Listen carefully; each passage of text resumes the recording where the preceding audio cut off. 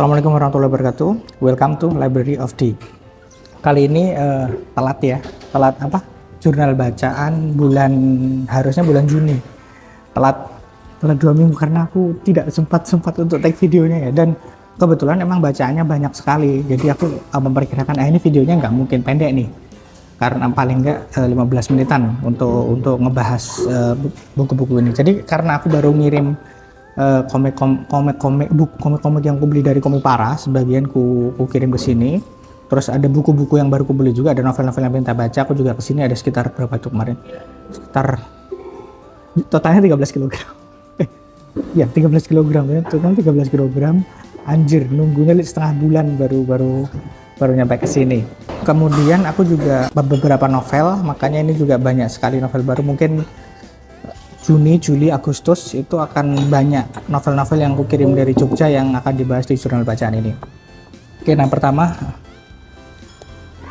ini seporsi mie ayam sebelum mati. Aku beli ini karena judulnya, tentu saja teman-teman yang udah kenal aku pasti ngerti kalau aku suka banget sama mie ayam ya. Jadi judul seporsi mie ayam sebelum mati itu beneran bikin aku harus baca ini deh. Dan aku agak shock ketika ngerti ternyata ini tuh udah cetakan ke 97 aku beli ini.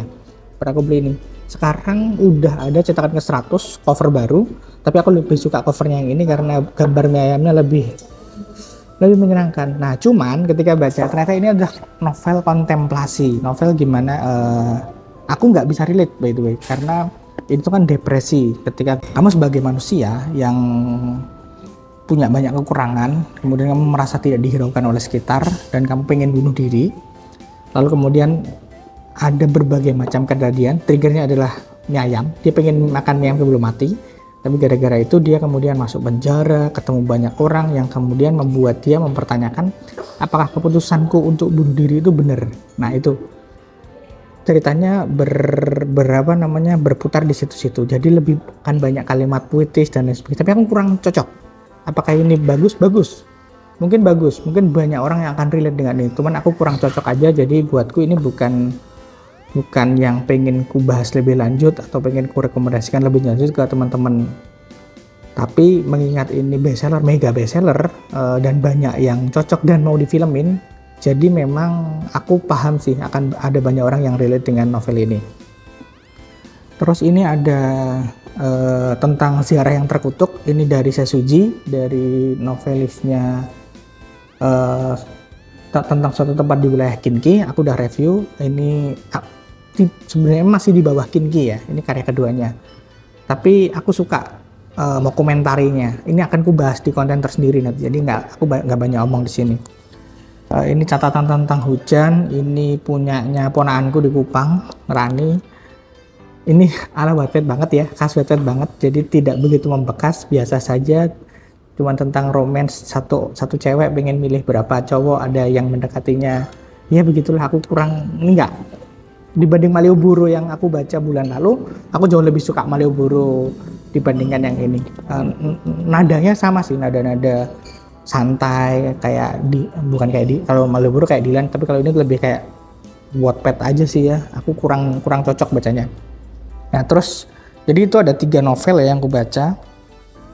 Kemudian ada 10 komik yang aku baca, tapi sebelum itu aku baca 2 webtoon. Jadi aku pending baca Jojo. Harusnya aku udah bisa baca Jojo part 5 ya Stone Ocean gitu. Cuman aku pending karena aku lagi keasikan banget baca study group sama Teach You a Lesson. Teach You a Lesson aku baca sampai chapter terbaru. Study group aku nyelesain 2 season dalam bulan kemarin. Season 3 ini masih ku pending karena ini mau, katanya season 3 ini kan tamat ya. Dan aku ngelihat ini mungkin bisa tamat dalam tahun ini. Jadi aku bacanya nunggu tamat dulu. Gak tahu sih, tak cicil dikit-dikit. Study group bagus banget, study group tuh. Teach You a Lesson udah ada kontennya sendiri, kalian tonton aja nanti.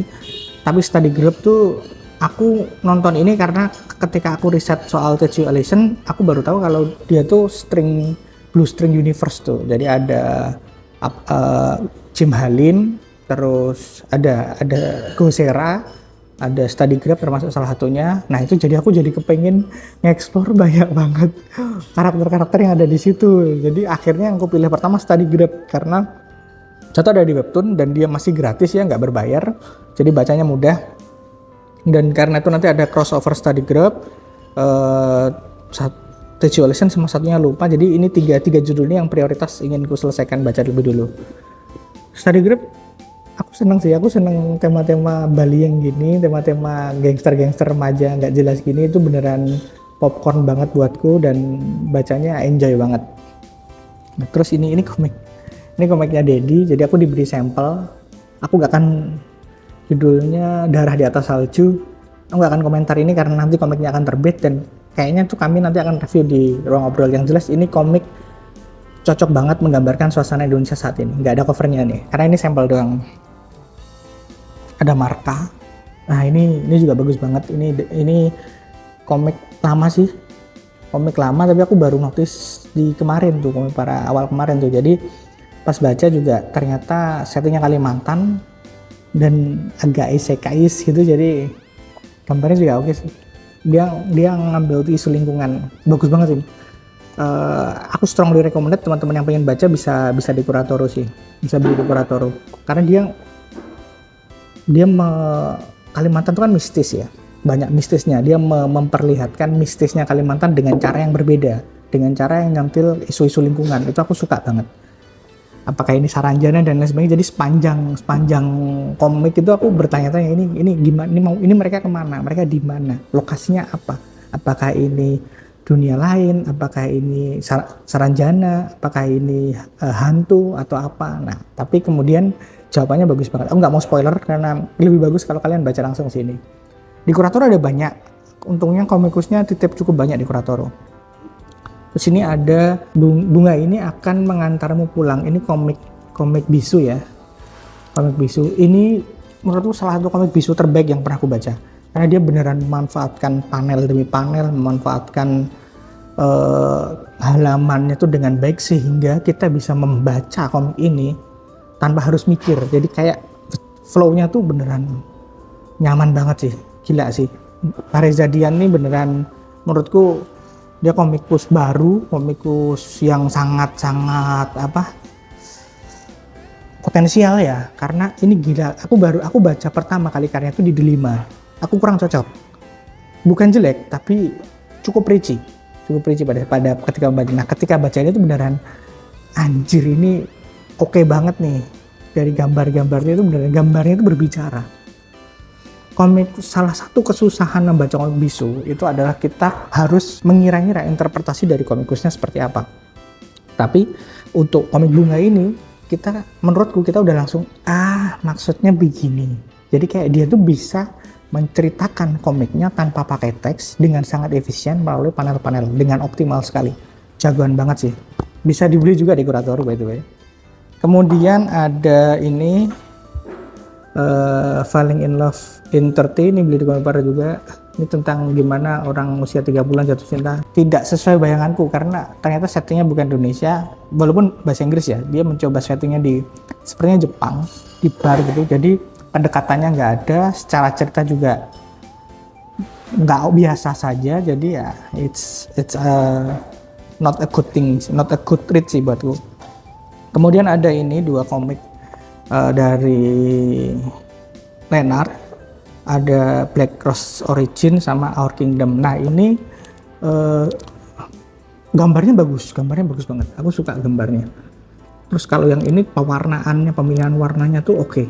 Jadi kayak dia tuh unik sih, uniknya dapat. Cuman aku nggak ngerti ceritanya apa. Lebih mana gini, ini tuh Black Roses Origin. Karakter ini sama sekali tidak muncul di komiknya. Aku nggak ngerti dia siapa. Black Roses itu apa? Aku cari-cari juga nggak ketemu. Jadi originnya apa? Ini apa? Jadi kayak ini komik tentang apa? Aku nggak ngerti. Ceritanya cukup berat. Ceritanya tentang bagaimana seorang pekerja malam. Kemudian ketika bagaimana aku menikmati bekerja malam dan lain sebagainya. Terus kemudian ketika ada konsekuensi dari itu, dia menghadapi konsekuensinya dengan baik. Berat kan? Masalahnya adalah terbebani dengan judulnya. Black Cross Origin ini apa? Ini originnya siapa? Soalnya ini tuh nggak muncul sama sekali di komiknya. Ini siapa? Itu aku sayang sekali sih. Gambarnya bagus, panelingnya oke. Standar sih panelingnya, cuman aku suka pilihan warna-warnanya tuh unik sekali. Ini menyenangkan, aslinya menyenangkan. Cuman ini apa? Nah kemudian Our Kingdom. Ini bukan komik. Ini cerita bergambar. Jadi ini tuh kayak buku cerita anak. Lagi-lagi aku berekspektasi ini adalah sebuah komik, sebuah sequential art, sebuah komik, ya komik pada umumnya. Ketika aku baca ini, dia adalah buku cerita bergambar yang isinya adalah ini, menjelaskan ini, aku down. Gambarnya bagus sekali lagi. Kisahnya sendiri, apakah ada nyambung atau enggaknya, nggak ngerti. Karena ini masih volume 0. Masalahnya untuk volume 0, dia tidak cukup bisa convincing aku untuk lanjut ke volume berikutnya. Karena world buildingnya di awal doang. Oke, ini kayak ini aku berjalan-jalan aku mengumpulkan cerita. Oke, itu. Cuman kemudian aku berekspektasi ceritanya nyambung. Ternyata kayaknya nyambung, kayaknya enggak. Soalnya ada karakter yang mirip ini tapi kemudian mati. Nah, ini benang merahnya di mana? Ini yang aku masih, apa aku akan beli volume berikutnya belum tahu. Karena aku sendiri tidak, ketika nanti promosinya mungkin nyampe di aku dan aku cocok, mungkin aku beli. Tapi dari volume 0 aku nggak merasa aku mau beli deh volume selanjutnya. Seenggaknya itu sayang sekali karena gambarnya bagus banget ini. Jojo tuh aku suka ini anak Alex kan ini. Nah terus ini ada catatan menuju 30 dari Aditama Yoga. Ini paling cocok dibaca orang-orang yang usianya sudah 30 tahun kemudian kontemplasi. Nah kemudian kalau teman-teman yang belum 30 baca ini seharusnya merasa sebagai panduan, seharusnya. Tapi sekali lagi, apakah ini cocok untuk semua orang? Enggak juga. Nah kalau aku menghukumi komik ini adalah komik yang cocok dibaca teman-teman yang berusia 30-an untuk kemudian retrospek. Harusnya begini, iya ini aku relate. Tapi emang komiknya Adit itu memang soal relatability. Jadi di situnya aku suka banget. Aku baca ini relate sebagaimana aku relate juga baca Terrible 2. Bukan relate karena aku udah punya ya, bukan, tapi karena aku ngeliat adik-adikku kelakuannya kayak gitu. Tapi ya ini apakah ini komik? Ini karya yang unik, iya. Tapi kalau ini lebih kayak panduan ya. Lebih kayak panduan ini. Gambarnya sederhana juga. Adit tuh emang pinter bikin gambar yang sederhana, simple, tapi mengenal. Aku suka ini, by the way. Aku suka. Karena aku udah di atas 30 dan baca ini, iya ya, gitu rasanya. Terus ini dari Mas Arifin, baca Up. Ini komik horor ya. Jadi ini komik, kalau aku merasa komik ini memang harus dirasain sih. Jadi nge-review ini tuh agak sulit karena ceritanya nggak ada. Ini kayak Mas Arifin tuh bereksperimen bagaimana dia bercerita dengan medium komik. Nah, ini mungkin mirip dengan Reza bereksperimen dengan bunga. Dia mencoba untuk memaksimalkan medium komik bisu, tapi kalau Mas Arifin tuh memaksimalkan medium komik agar merasakan kengeriannya. Jadi ini kayak ujung-ujungnya breaking the fourth wall tuh. Makanya ini komik harus dibaca sendiri, harus dirasakan sendiri untuk ngerti seberapa serem sih baca ini. Nah, itu. Baca Up judulnya. Kaca Up. Aku nggak ngerti sih apa maksudnya. Tapi ya kalau aku sih good read ya ini ya. Terus ini putrinya Alili. Aku suka banget ini, karena ketika baca di 5, Putri itu menurutku yang paling aku cocok gitu dari segi karakter tuh. Dan aku pernah bilang ke Alil itu, ini komik bisa berdiri sendiri. Orang tetap akan baca tanpa dia harus baca di 5. Dan itu benar, ketika teman-teman gak baca di 5, langsung baca ini, kita akan dapat sesuatu yang bagaimana seorang bocah tuh kenapa sih dia senakal ini sebagai seorang bocah. Cuman agak bahaya sih karena ada ini aku gak ngerti nanti apakah ada romance di antara mereka ya, guru dan murid. Ini kan agak tabu, walaupun di Jepang itu hal yang lumrah ya, romance guru murid ya, tapi di Indonesia Ini bukan hal yang oke sih. Nah, cuman pinternya Alili dia menyelipkan beberapa detail yang menurutku kalau dielaborasi lebih lanjut menjadi kalau seumpamanya pun jadi romance di antara mereka, semua akan make sense tuh. Kalaupun enggak juga nggak apa-apa.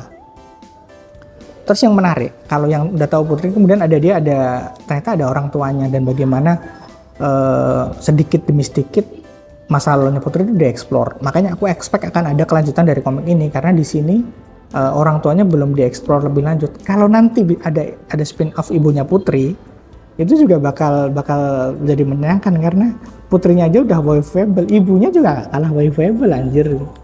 Aku pengen istriku cosplay jadi ini sih nanti. Nyenengin banget.